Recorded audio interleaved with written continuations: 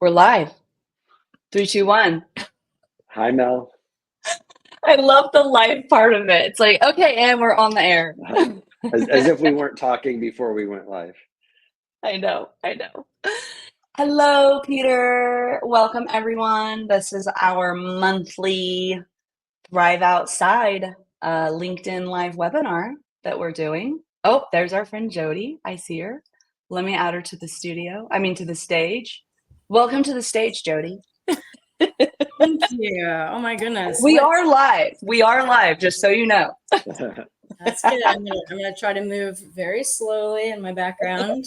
I have construction in my house happening everywhere, and I'm like trying so hard to escape it. And it's been a real challenge. Hey, if you need to go outside and like all of a sudden you have a hard hat on, it's totally fine. Welcome. Jody, I think you look really good with a hard hat. I do actually look really good with a hard hat. Just saying. Well, the crew is back together. I mean, it's been a long time coming, so I love it. Well, yes. Welcome everyone, and I know Peter and Jody have some great content planned for us, and we love more of our fireside chat. We'll do a little bit less slides today, but we're just gonna dive right in with. It's really been around like rest, relaxation, and vacation is the theme that we've been talking about. Yes. Mm-hmm. It is. So wonderful. Here we are, the end of, did I actually say the end of summer? We are like in the deep, deep thickness of summer, the fullness of it. And yeah, that like really makes me really want to pay close attention to diving in deeply to self-nurturance, to making sure that I am taking time that really allows me to recharge and plug back in. And so when I think Peter, this might have been an inspiration from you, Peter, to this amazing trip, which I'll let you talk about, but it kind of made Mel and I were jamming and we were like, oh, we should do something on vacations, and just like the true deep value of vacation in however we want to frame that, right? Whether it's like this big foreign adventure or it's like, like my backyard is incredible. And so really thinking about what is the value and are we creating time for it? And how do we help to prioritize this essence of vacationing, of time off, time away, in whatever version that takes for us. So that was kind of what is August? August is like inspiration for vacation. Yeah. I love it. And for those with school-age children, in their heads, they may think we're already in back to fall, but we've still got another solid 5 weeks of summer. Nice. Depends on what part of the world you're in, because I think I was just going to say that Washoe County School District up here in northern Nevada starts on August 12th. Oh, so my niece is texting me right now asking when she can come over and try on all the clothes that I bought for her. And I'm like, no, it's not Labor Day yet. Summer's still here. Go away. That's right. It's still time to play. How did the two of you think about vacation? Do you have a certain cadence of when you like to take them? And do you prefer long respites or smaller breaks? What does that look like for each of you?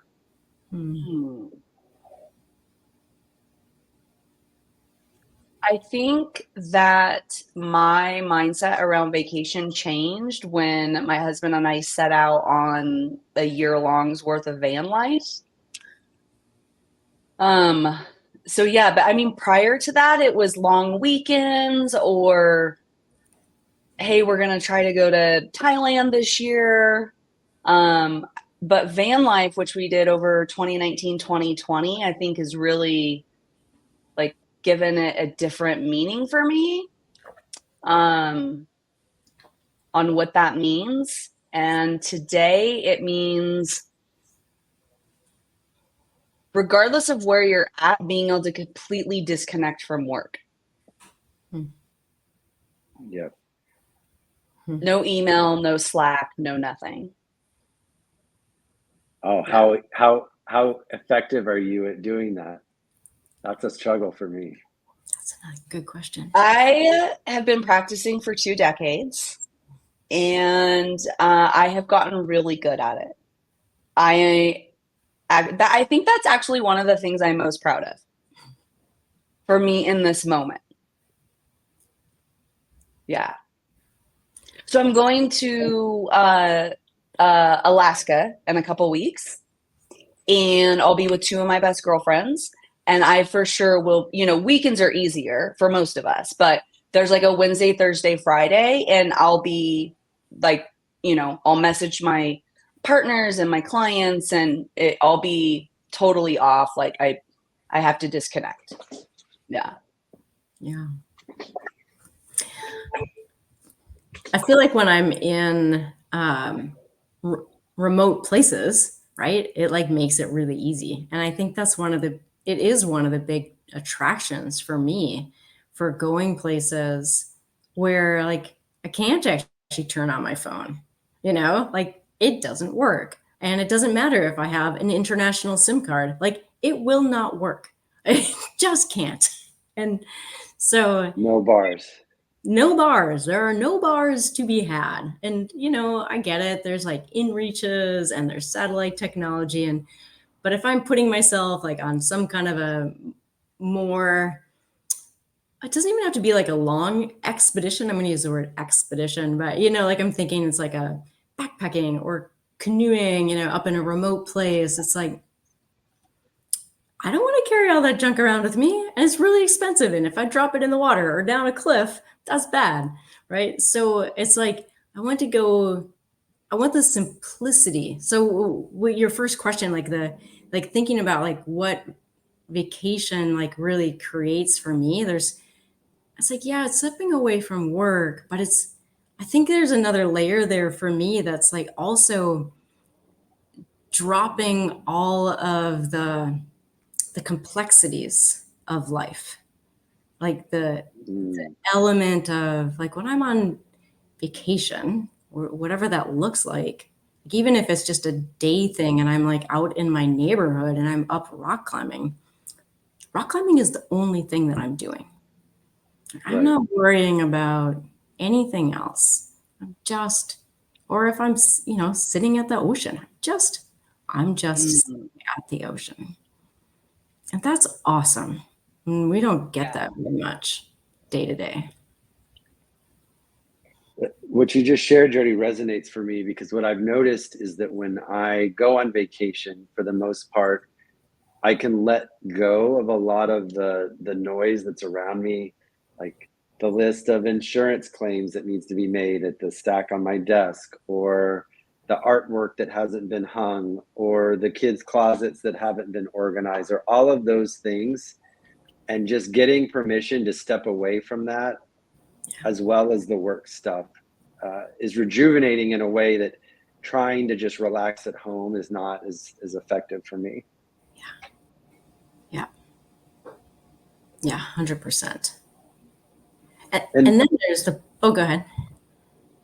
You finish. I was going to segue a little bit just in that, like, there's also like this aspect of novelty, right? So it's like, I think about that, like in anything that's also not at the house is that I guess I was thinking also like just about when all the busyness kind of drops away a little bit, it creates more capacity, like in our nervous system and our brain, and then we've got this added element of novelty that like spices things up and actually puts our brain kind of on fire in this new way that the just, normal, here I'm brushing my teeth, going to work, doing the things of the day doesn't give me quite as much access to.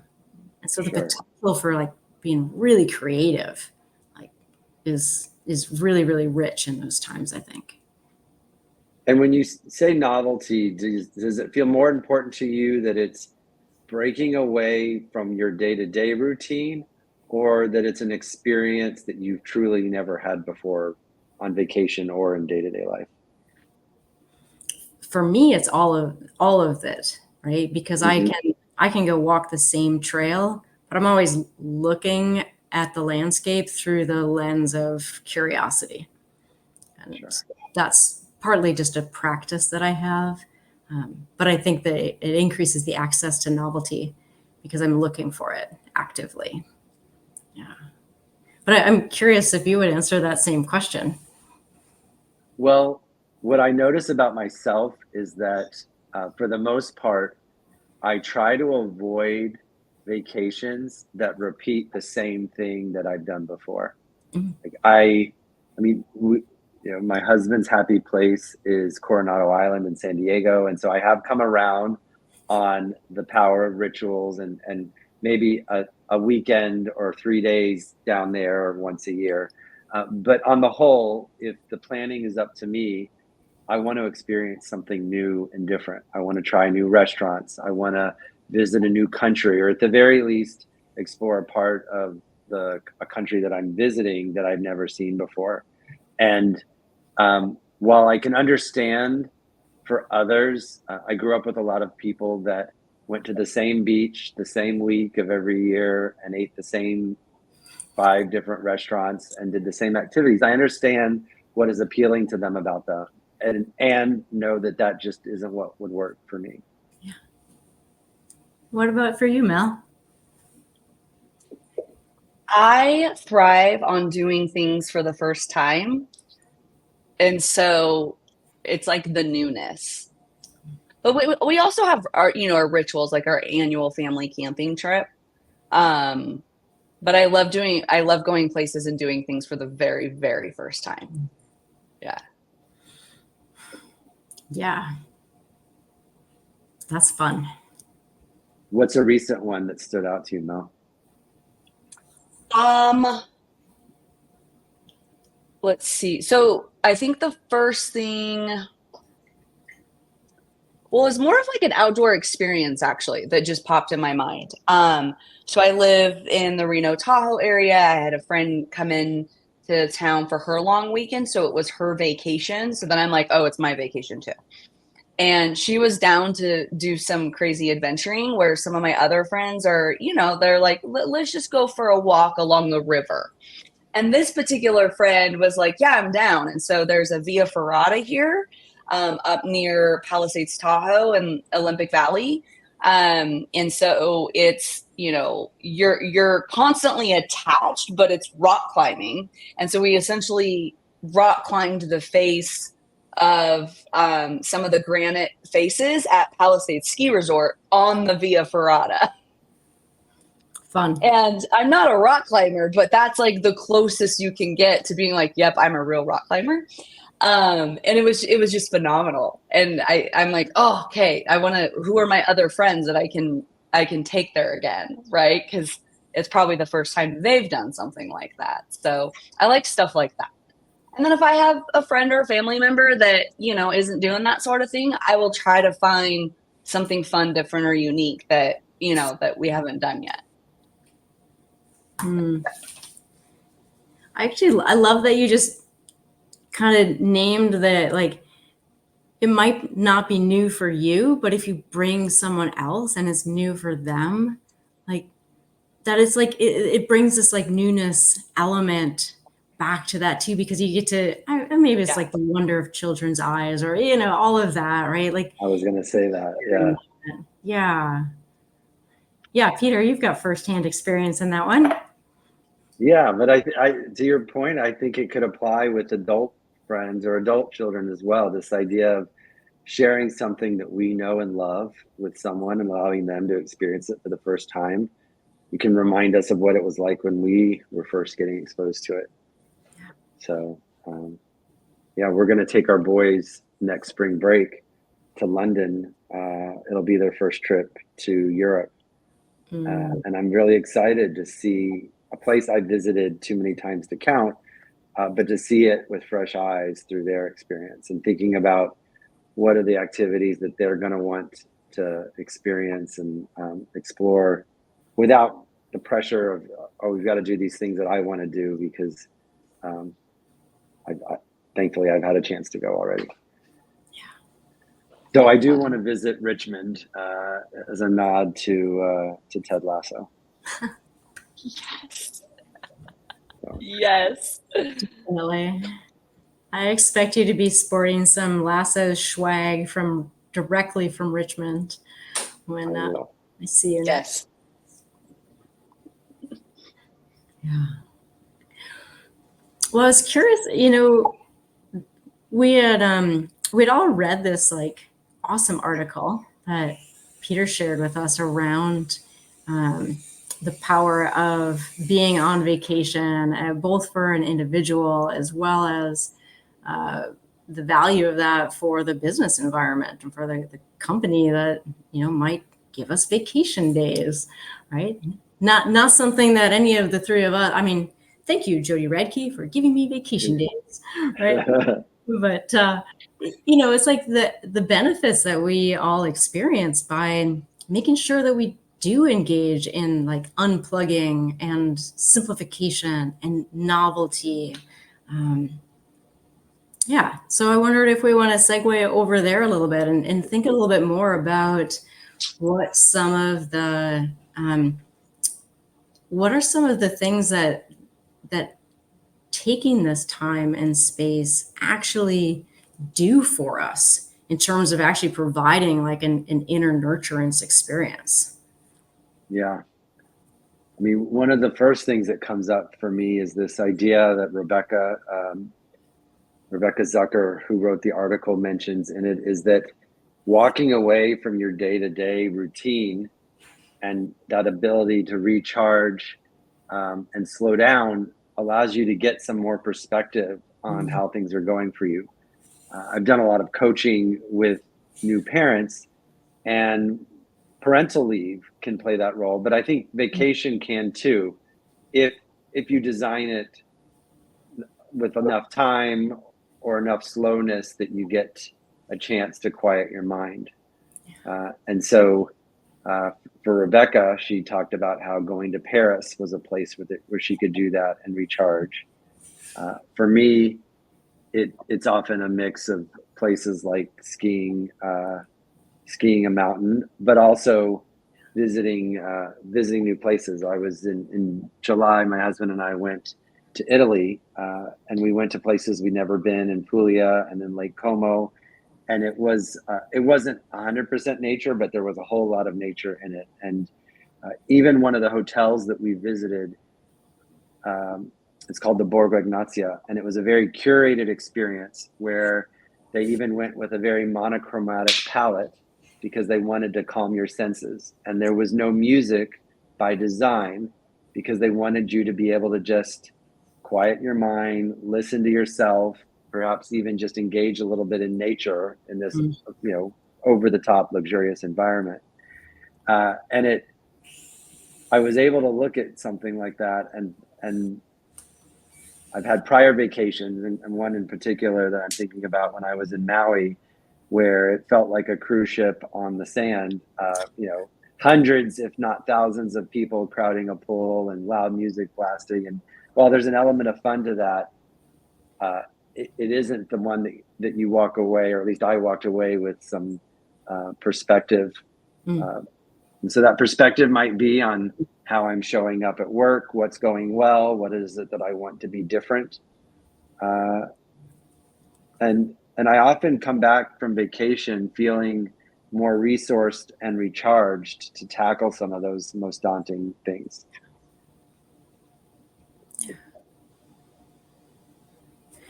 I love riffing off of your thoughts, Peter. I'll go for it. So, Mel, if I'm jumping in too much, please. Oh, please.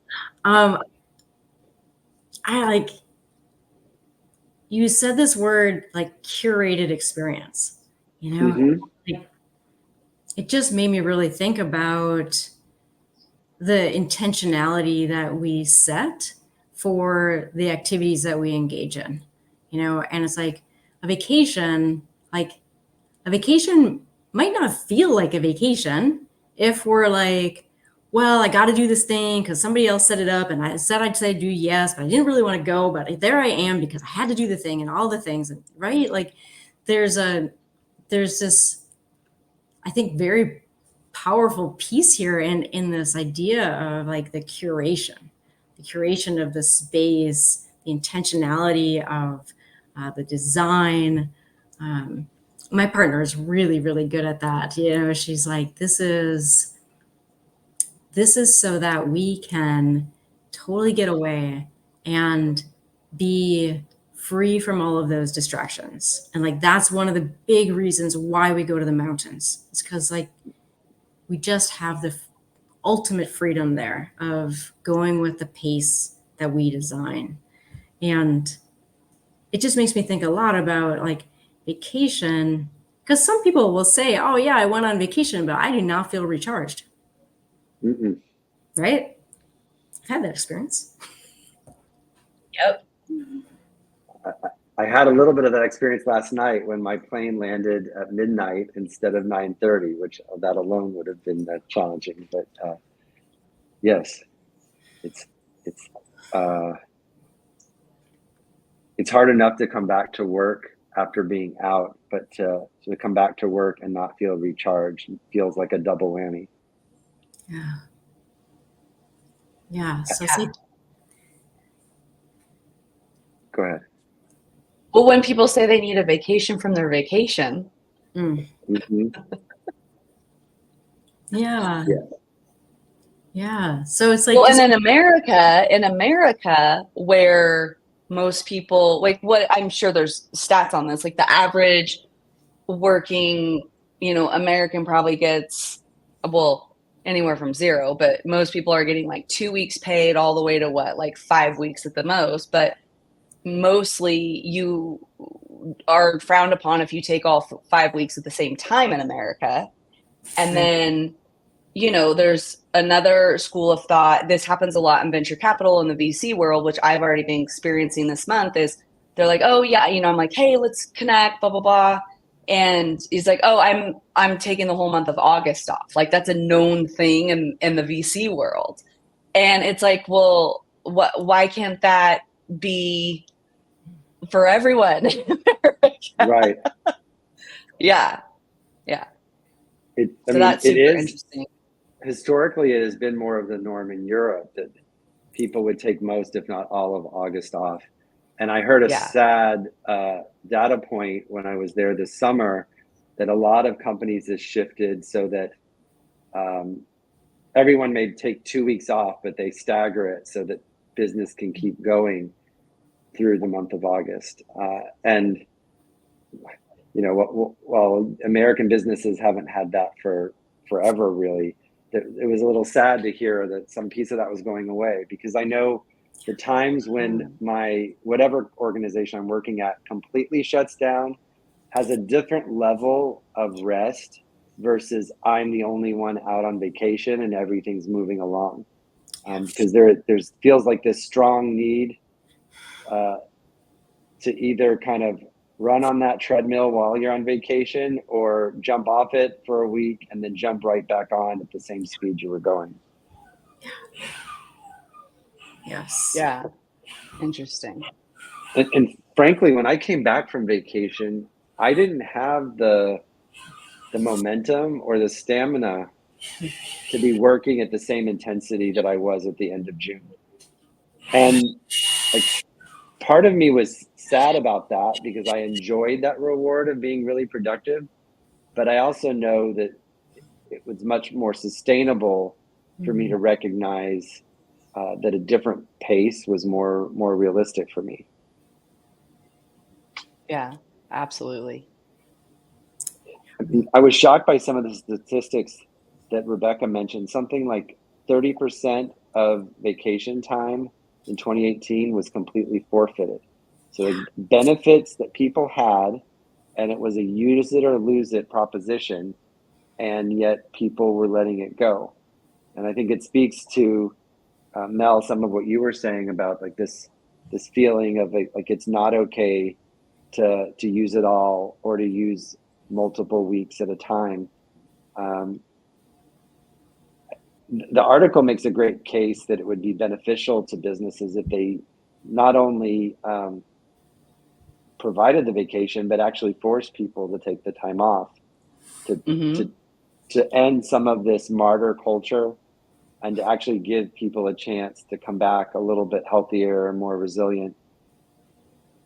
Well, I think that's a great way for if you are interviewing, and we all know it goes both ways for a new company, and understanding culture. And I mean, Glassdoor has its ups and downs, and being able to do that. But how does a new employee or a new leader really check in on that if they're practicing that? And I think one way is to be able to talk to other employees about, like, how serious do they take vacation here? Because the team's going to tell you, like, do they really say, like, no, you're going on vacation? Because there are teams and cultures that are doing that.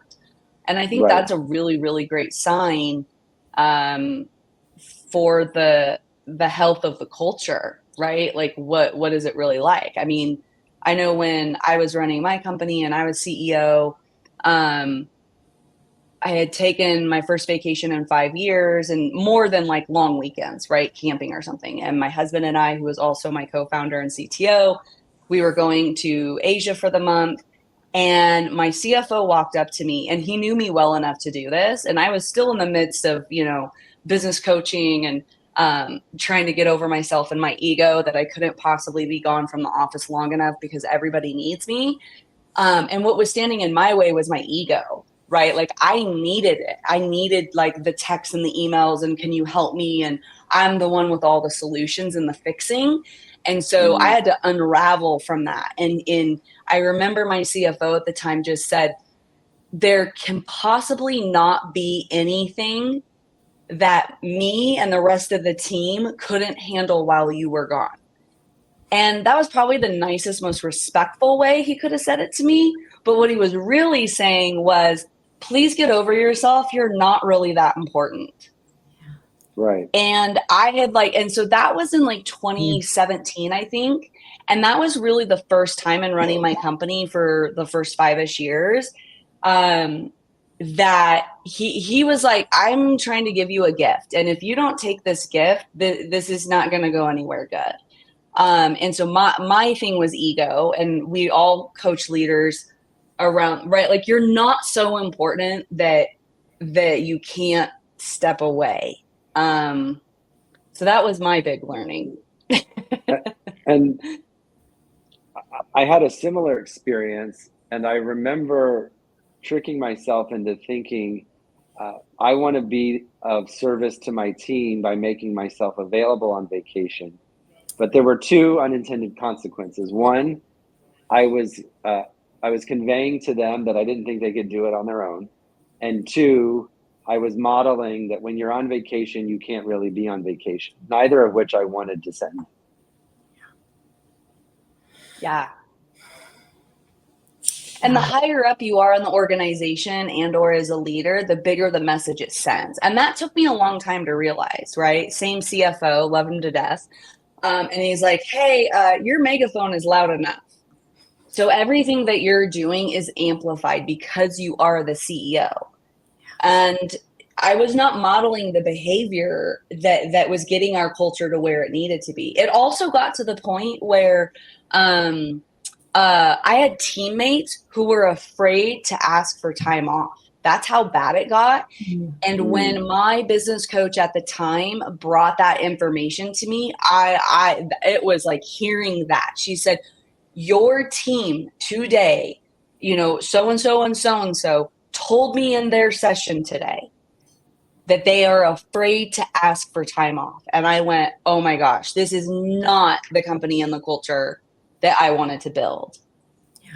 Yeah. That was hard to unwind from, but I had to start showing the changed behavior. And so then my long weekend camping trips were that when Mel left the office on Friday at 10 a.m., that didn't mean that I was texting people and calling people, right? It was that you truly would not hear from me until Monday morning at 7:30. Right. And so I had to show them. I had to show people that I was wanting to change that. No.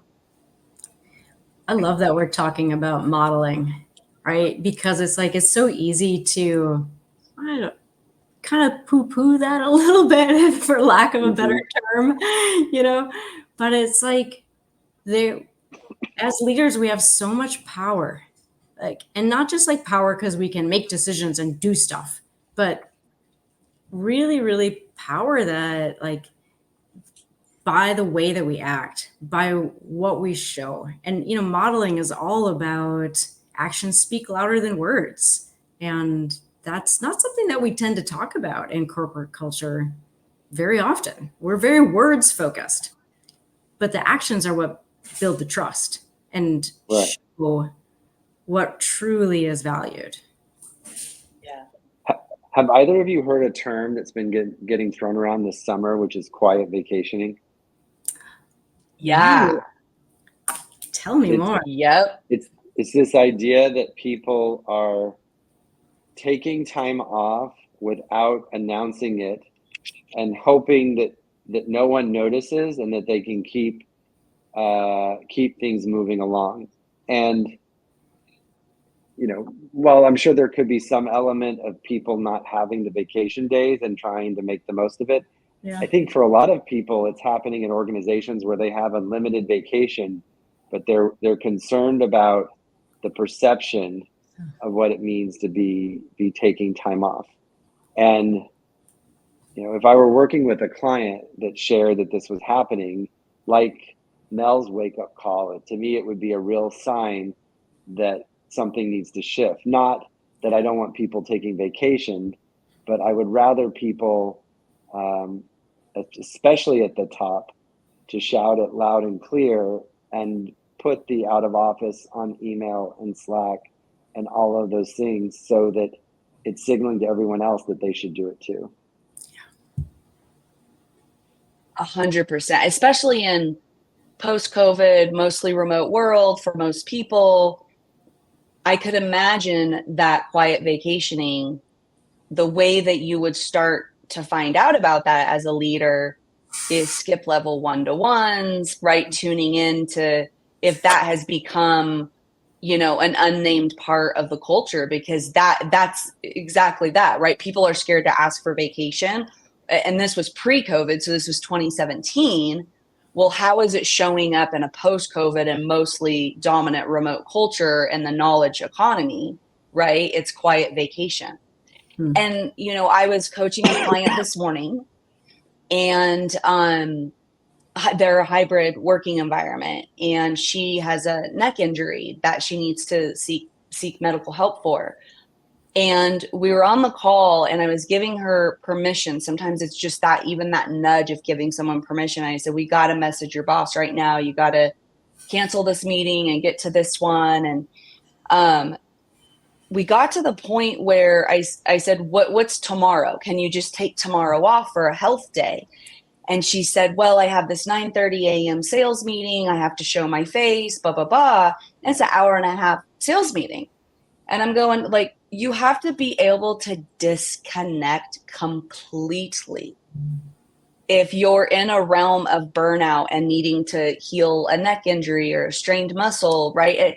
And so I think quiet vacationing is one of my biggest worries inside of cultures, because now you're talking about teammates and employees who are not even giving themselves the opportunity to 100% disconnect from work. Mm-hmm. So it's fulfilling that like always on thing, and it's just so dangerous. Yeah. And how common is it to have the knee-jerk leadership reaction to, oh, quiet vacationing, that's a no-no, right? Like there would be, I imagine, a very high propensity number of folks who would, rather than get curious about what's underneath that, it's like, what's happening here? What's happening culturally here that people are not actually announcing their vacations? I think that the tendency would actually be to come down even harder. Like, sure. You need to be XYZ, right? Well, Which might be really feeding into what's happening.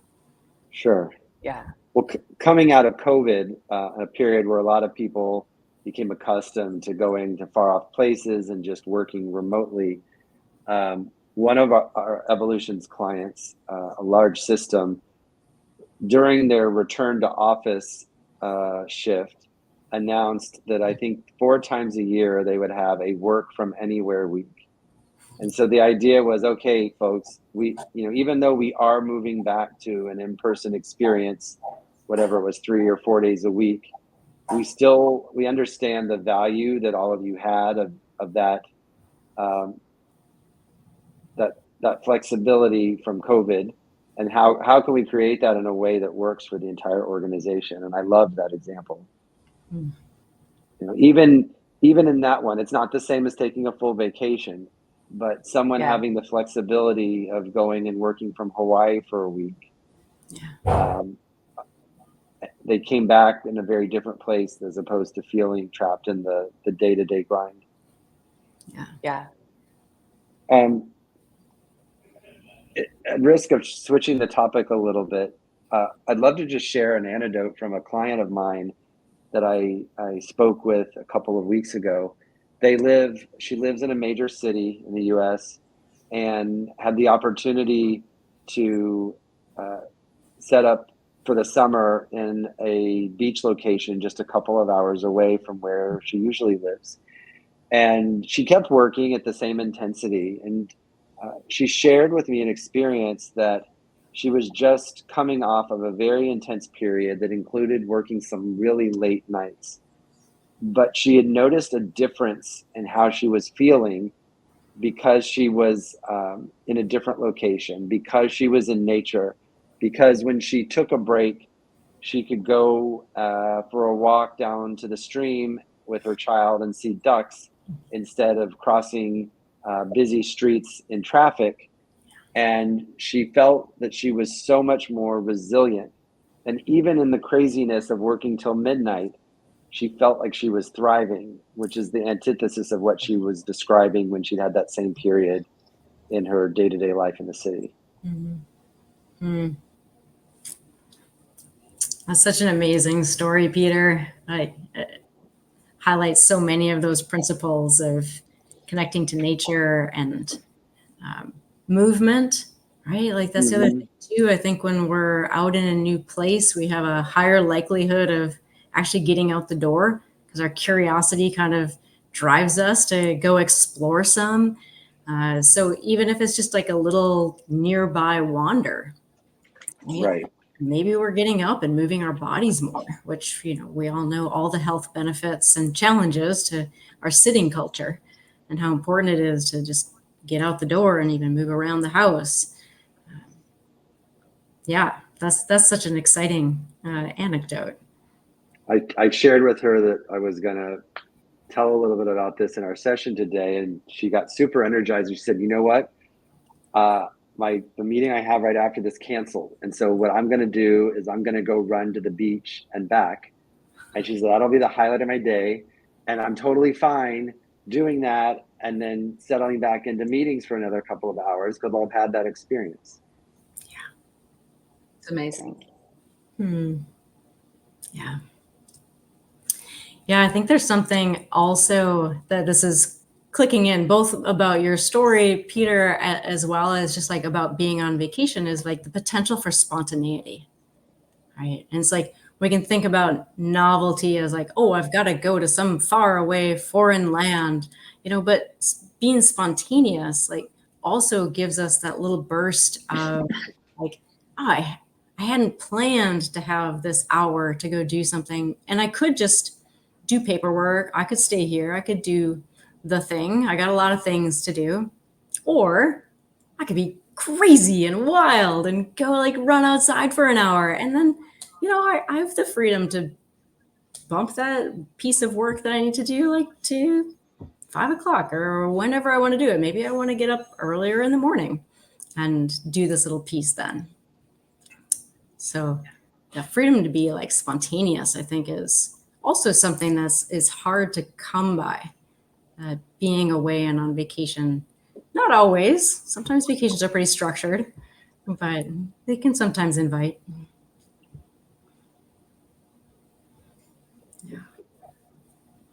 Where do you all sit on the structure versus spontaneity on your vacations?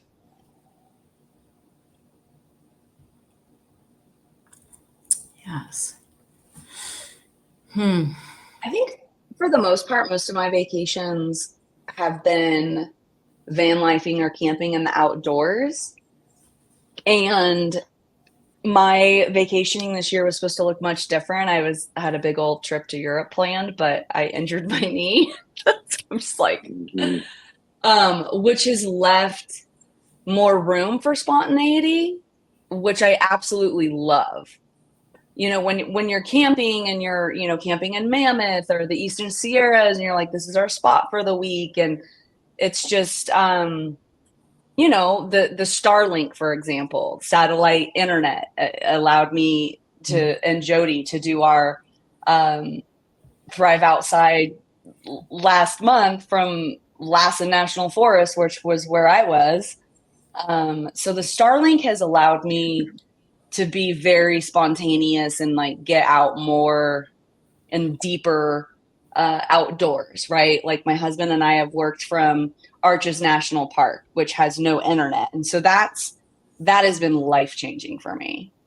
My husband loves logistics and timing and museums. And so our, you know, when we do Replanet, our upcoming European vacation, we'll have and then I'll be like, can we just have a day where we sit at the cafe and sip coffee and watch people walk by?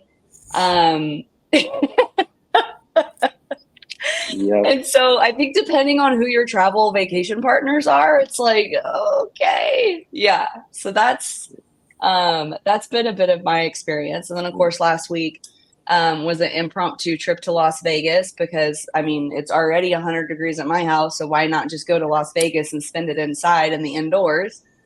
And that was very spontaneous. You know, we would have not had time or done anything for that. And we ended up meeting friends last minute for a concert in Las Vegas. Like that is just, I love that kind of stuff. But I have a partner who likes to have more planning and structure in place. Well, yeah. I think you figured out a great hack, which is sometimes you can make a plan not to have a plan, and it appeases the person that wants unstructure, and it appeases the person that needs to know what's going to happen. Yes. Yeah. Probably not the whole vacation, but a day sitting and watching people from a cafe seems like a reasonable balance for your husband. Yes. Yeah. Yeah. I think I fall into that bucket as well. Like mostly spontaneous, but my partner also is a big planner.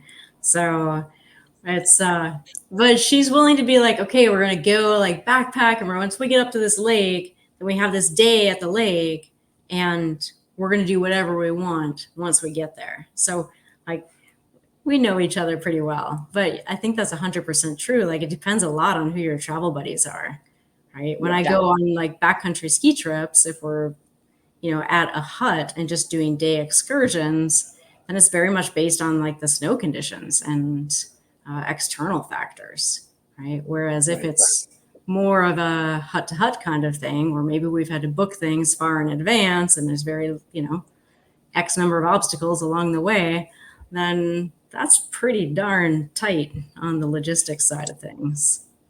Sure. Yeah. Knowing that things always change and you got to throw it out the window and try again anyway. What about you, Peter? Are you more on the structure, more on the flow? You know, I think I used to think of myself as more structured until I married a producer, and he's like planning to the nth degree. And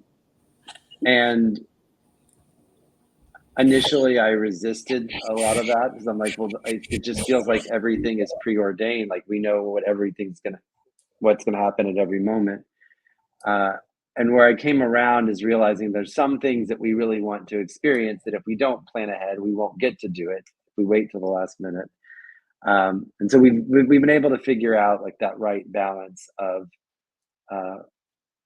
planned and unplanned. So I would not respond well to structured minute by minute from rise until sunset or bedtime, I guess. Yeah. Well, as we start to move towards close, anything else that's on your all's minds as it relates to the importance of vacation for our wellness and professional well-being, or anything adjacent? Yeah, I think for me, my biggest reflection and bonus tip from past Mel is there's someone out there listening that just needs the permission to completely disconnect, and you know it. And you know that you need to message your boss or your team or your manager that, this long weekend is you being completely disconnected. I mean, I think that's the first step, especially in American culture.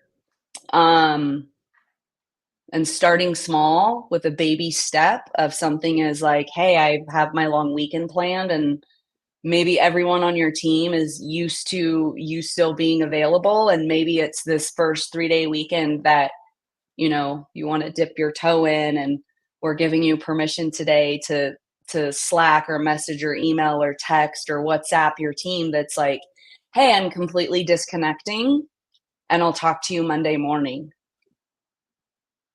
Mm-hmm. Yeah. Like, it's not just about you, it's about your entire team. Yep. And like, what a gift that you're not only giving yourself, but that you're starting to signal to others. Like, we're giving you permission, and my business coach gave me permission, and my CFO said it's not all about you, right? It's like really sitting with and understanding what that simple action starts to signal to others around you, that most of us do care about our coworkers and our teammates. Nice. Jody, how about for you? Well, I just had to move because there was some jackhammering happening in the room next door, so that was fun. We didn't even notice. Oh, I sneakily stuck the mute on as it was flashing away. I just think a lot about like vacation space as like a time to just really reconnect and plug in and be with self, right? And that opportunity to like, it's like dropping in and opening up and feeling deeply like connected to self, to whatever the experience is, whether it's, the cafe in Paris, or it's the, out on the ocean, or whatever the vacation might be. But this opportunity to be away from the busyness of things so that we can have the quietness that creates the space to listen in, and to remember that so that kind of ties in with intentionality a little bit. And then the transition back and bringing that essence, the essential quality of self that we've given ourselves the gift of on vacation, like bringing that back and seeing like, what can I do to help with the reintegration side of that so that I can continue to feel the truth of me. Yeah. Beautiful. What about you, Peter? Closing thoughts?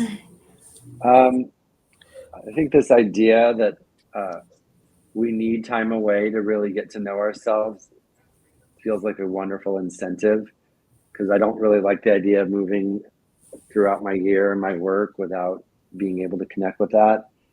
And while we didn't discuss it, what was kind of beneath the surface for me is that those times when I feel like I can't or shouldn't take time off, I'm not going to remember whatever it was that I thought I needed to be working on 5 years from now. I will remember whatever it was that I did when I took the time off. And so trying to put some perspective into that balance. Love that so much. So one thing we didn't get to talk about was, Jody, you had shared with us a great article on some incentives that different countries have put in place to try to encourage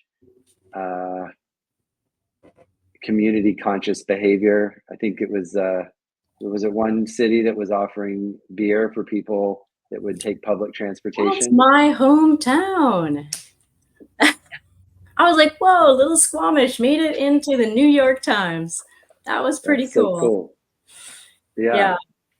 Yeah, I wasn't sure if we would have time to dive into that as well, but I did love reading that article. And of course, I have loved picking up trash and bringing it back for beer tokens. And, all the ways that we vacation, we travel, we're tourists, we're on the land and in the world in ways that have impacts, and bringing whatever consciousness we have access to notice what our impact is, and to make even those just small actions, right? I think that's one of the reasons why I love what my little local hometown is doing so much. It's just like, hey, great, you're going to be hiking on a trail, take this trash bag, bring it back.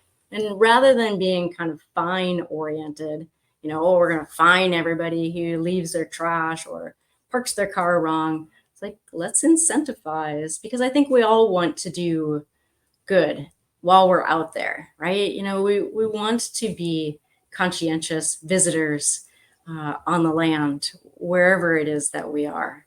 And having some extra tools and resources about ways that we can do that is really helpful.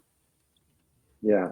Love it. So rewarding the behavior you want to encourage as opposed to punishing the behavior you want to stop. Right? Like, have never heard that message before.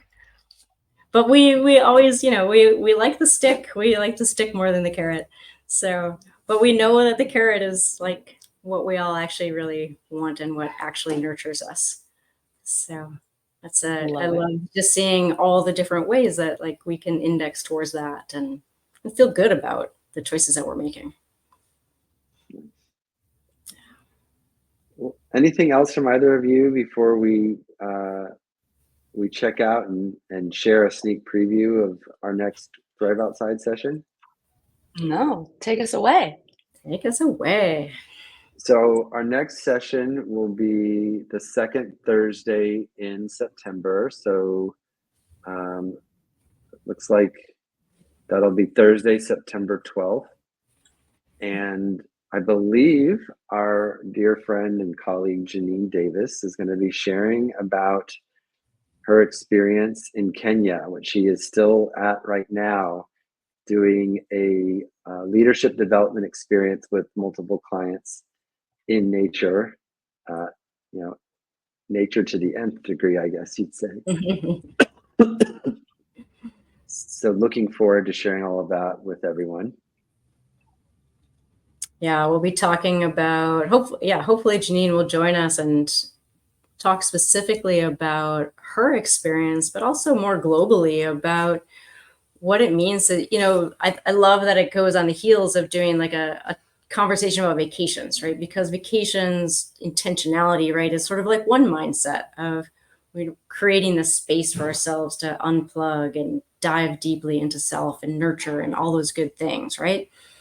And there's another way that we can be sort of on vacation, right? But in a different intention, which is more of a retreat mindset or a growth or leadership development mindset. And I'm really excited to listen to what Janine has to share about how she's weaving all these different worlds together, because there's some amazing programming that is available, both for open enrollment stuff like what Janine is, as well as for custom design that really bridges these worlds together, harnessing the power of the natural world, leadership development work, as well as this novel environment, different space and time relationship. Amazing what kind of creative expressions can come out of those experiences. Amazing. Yeah. Thanks again, team. So wonderful to Okay. sit with you this month. Lovely spending this afternoon with all of you. Yes. Happy August. Stay cool out there. Thanks, Go on everyone. vacation. See you Bye. next month. Yes. Still on vacation.